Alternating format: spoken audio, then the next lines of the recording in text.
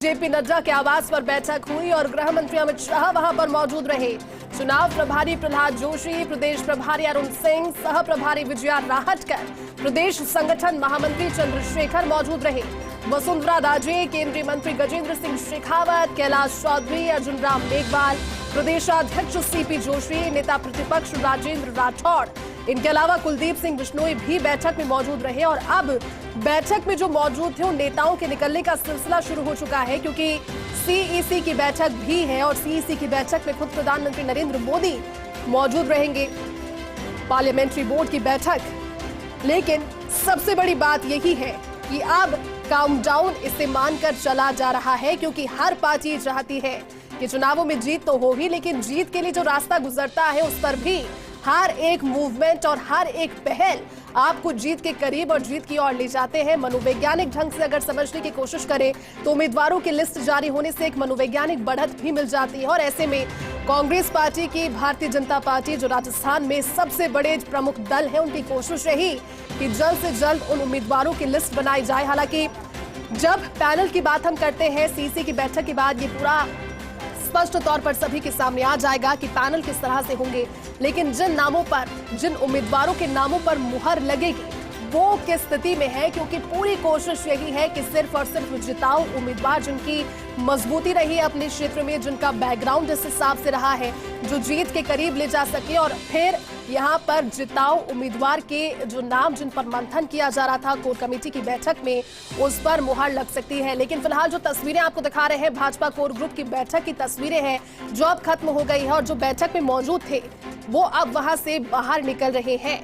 बड़ी बात है, क्योंकि राजस्थान सभी की निगाहों में है, राजस्थान सभी के फोकस में है, पूर्ण रूप से बड़ा राज्य है। और उस अवधारणा को तोड़ने की कोशिश जहां कांग्रेस पार्टी कर रही है कि एक बार कांग्रेस और एक बार भाजपा, तो भारतीय जनता पार्टी ये पूरी कोशिश कर रही है कि भारतीय जनता पार्टी जिन मुद्दों को लेकर लोगों के बीच में अपनी बातें पहुंचा रही है, सरकार के खिलाफ जो कार्य बता रही है, सरकार के खिलाफ कह रही है कि महिला अत्याचार बढ़े, अपराध का ग्राफ बढ़ा, तमाम सारी चीजों को लेकर अब शीर्ष नेतृत्व लगातार राजस्थान के अलग अलग हिस्सों में भले बैठकें हो या फिर सभाएं हो, लोगों के बीच जाने की कोशिश। खुद प्रधानमंत्री नरेंद्र मोदी अगर विगत कुछ महीनों की बात करें तो लगातार राजस्थान में पहुंच रहे हैं। लेकिन अब ये चीज स्पष्ट हो चुकी है कि कोर ग्रुप की बैठक खत्म होने के बाद अब सभी की निगाहें सीईसी की बैठक पर। और उसके बाद जब हम समीकरणों को समझने की कोशिश राजस्थान की विधानसभा, राजस्थान की उन 200 विधानसभाओं के नजरियों से करते हैं, तो फिर पहली सूची कब आएगी सभी की। हमारे साथ में वरिष्ठ सहयोगी ऐश्वर्य प्रधान जुट के। ऐश्वर्य, कोर ग्रुप की कमेटी की बैठक तो खत्म हो गई है, लेकिन अब सभी की निगाहें उस पैनल, उस लिस्ट पर है जो कि इस मंथन के बाद जो किया जा रहा है, निष्कर्ष के तौर पर उम्मीदवारों के नामों के जरिए सामने आएगी। लेकिन फिलहाल और क्या जानकारी आप देंगे ऐश्वर्य, इस बैठक में क्या खास और रहा? देखिए, अंतिम तौर पर ये बैठक में अंतिम जो मोहर यहाँ पर लगाई गई है कि कौन कौन से नाम है जो जिताऊ नाम हो सकते हैं। जिन नामों पर लेकर भारी कंफ्यूजन है वो अभी भी 2 नामों पर टिके हुए हैं। चुनाव समिति की बैठक में उन नामों पर सहमति बन जाएगी, लेकिन अब सिंगल नाम का पैनल तैयार है, ये समझ लीजिए आप। और ये जो पहली लिस्ट है, ये लगभग 50 से 55 नाम है, उनका अंदाजा इस वक्त लगाया जा रहा है, क्योंकि जो शुरुआती तौर पर चीजें निकलकर सामने आई उसमें इतने ही नाम थे। हाईएस्ट 60 से ऊपर नाम नहीं होंगे। अब 60 लोगों की पहली लिस्ट आएगी या फिर 55 पर सिमटती है या 45 पर सिमटती है, ये देखने वाली बात होगी। क्योंकि जहां कहीं भी थोड़ा बहुत कंफ्यूजन लगा, जहां कहीं भी नामों को लेकर संशय लगा, तो वो नाम कम कर दिए जाएंगे। यहाँ पर ये जो कोर ग्रुप की बैठक है, ये लगातार इसलिए चल रही है क्योंकि प्रधानमंत्री मोदी के सामने जब ये सभी लोग रहेंगे, चुनाव समिति की बैठक होगी, तो चीजें सभी सामने होगी, किसी तरीके का कोई संशय नहीं रहेगा। यदि किसी नाम को लेकर कोई थोड़ा बहुत भी विवाद है या आपस में जो प्रमुख नेता है, कोर कमेटी के लोग हैं, उनमें किसी तरीके का भी कोई भी कंफ्यूजन है उसे दूर कर लिया जाए। इसीलिए ये बैठक आज फिर से हुई है। कल से बैठकों का, मंत्रणाओं का, चर्चाओं का सिलसिला लगातार जारी है, जिसमें ऐसा नहीं कि कोर ग्रुप के ही नेता, कोर ग्रुप के अलावा भी नेता हैं, उनके साथ संवाद का दौर सतत रूप से लगातार जारी है। तो इस वक्त की ये बड़ी खबर है। शाम को जब सीसी की बैठक होगी तो उसके बाद चीजें सामने होंगी कि क्या प्रधानमंत्री मोदी की सहमति मिल गई है। अब ऐसे में बड़ा सवाल ये है कि श्राद्ध पक्ष में नामों को लेकर घोषणा की जाएगी या फिर श्राद्ध पक्ष के समापन होने के बाद नवरात्र में शुरुआत की जाएगी। लेकिन ये तय मानकर चलिएगा कि जब प्रधानमंत्री नरेंद्र मोदी के 2 दौरे राजस्थान में है आचार संहिता लगने से पहले, जिनमें चित्तौड़गढ़ और जोधपुर, तो उन दोनों दौरों से पहले ये जारी कर पाएंगे या नहीं, ये देखने वाली बात होगी। बिल्कुल ऐश्वर्य, क्योंकि लगातार इस पर हम अपडेट दर्शकों को दे भी रहे हैं और तस्वीरें दिखा रहे हैं, क्योंकि कोर ग्रुप की बैठक से अब बाहर आने का सिलसिला जारी है। लेकिन ऐश्वर्य, हम जब बात राजस्थान के लिए करते हैं तो सीएसी की पहली बैठक होगी। उम्मीद ये लगा रहे हैं जो उम्मीदवार भी है, जो दावेदारी ठोक रहे हैं कि अब वो पैनल बन चुका होगा लगभग 50 से 60 उन नामों का, जिस पैनल के जरिए उन जिताऊ उम्मीदवारों पर अब पार्टी खेलना चाहेगी दाव को। क्या कहेंगे इसको लेकर? और देखिए, यहाँ पर सिर्फ और सिर्फ जिताऊ पर ही दाव खेला जाएगा, लेकिन यहाँ पर ये चीज देखी जाएगी कि किस जाति को कितना प्रतिनिधित्व दिया जाए, क्योंकि कई बार कैंडिडेट कमजोर हो लेकिन जाति मजबूत होती है। यदि जाति मजबूत है तो आसपास के विधानसभा क्षेत्रों पर भी बड़ा इफेक्ट पड़ता है। तो ऐसे में किस जाति को कितनी तवज्जो दी जाती है, लेकिन ये बात मानकर चलिएगा कि इस बार जो 200 के 200 विधानसभा क्षेत्र हैं उनमें मूल ओबीसी पर भी फोकस किया जाएगा। यदि मूल ओबीसी पर जो पार्टी जितना ज्यादा फोकस करेगी वह उतना ही फायदे में रहेगी।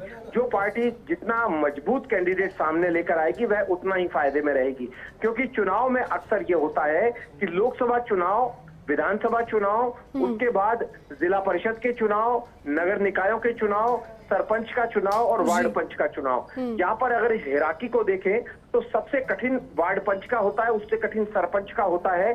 सबसे कठिन से कठिन जो चुनाव है नीचे के स्तर से उतार सबसे आसान लोकसभा का चुनाव इसलिए माना जाता है कि यहाँ पर सिर्फ और सिर्फ चेहरे के आधार पर चुनाव होते हैं। मिसाल के तौर पर प्रधानमंत्री नरेंद्र मोदी के नाम पर 25 की 25 सीटें भारतीय जनता पार्टी जीत कर चली गई। एक सीट जो समझौते में दी गई थी वो भी प्रधानमंत्री मोदी के नाम पर ही मानी जाए।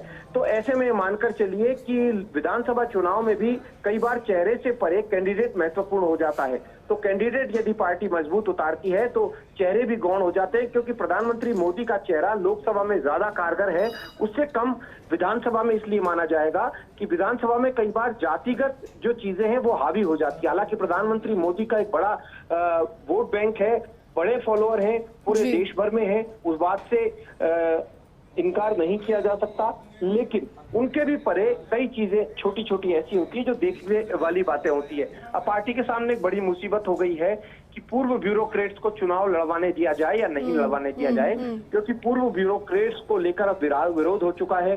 तो वहीं पर कुछ पैराशूटी उम्मीदवार जब आते हैं पैराशूट से उतरकर, तो लोकल जो कार्यकर्ता होता है उनमें थोड़ी सी नाराजगी होती है कि भाई 5 साल तो हमने मेहनत की, अचानक से पैराशूट से लोग कैसे आ गए। तो ये समस्या जरूर आ सकती है।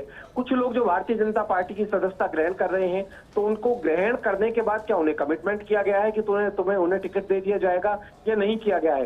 पार्टी के सामने मुसीबत ये भी कई बार हो जाती है कि जिताऊ कैंडिडेट है, दूसरी पार्टी से आया है या निर्दलीय चुनाव लड़ा था लेकिन जिताऊ है तो उसे ले लिया जाए, तो लेकिन मूल कार्यकर्ता को कैसे संतुष्ट किया जाए, ये चीज भी देखनी होती है। तो सीट दर सीट जब बातें चल रही है तो देखना है कि उनका निचोड़ शाम तक किस तरीके से निकल पाता है।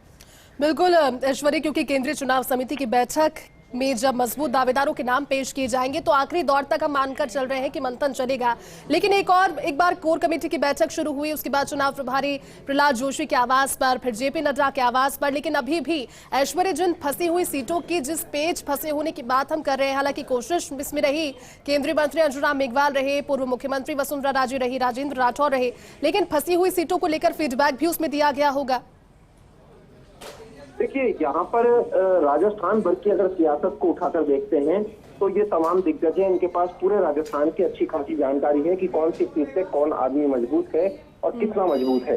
तो जब ये साथ साथ सब लोग बैठेंगे तो यहाँ पर जिताऊ कैंडिडेट की भी बात की जाएगी कि भाई गारंटी कौन लेगा, कौन जिताऊ है कौन नहीं है। तो यहाँ पर जब इस तरीके की जो सारी बातें सामने आएंगी तो जो निर्विवाद रूप से कैंडिडेट होंगे उनकी घोषणा कर दी जाएगी। डी और ए श्रेणी की सीटें जो है उन पर फोकस किया जाएगा। ठीक है ऐश्वर्य, बहुत बहुत शुक्रिया आपका हमारे साथ जुड़ने के लिए। आगे भी इस बड़ी खबर पर लगातार अपडेट आपसे लेते रहेंगे। शुक्रिया साथ जुड़ने के लिए।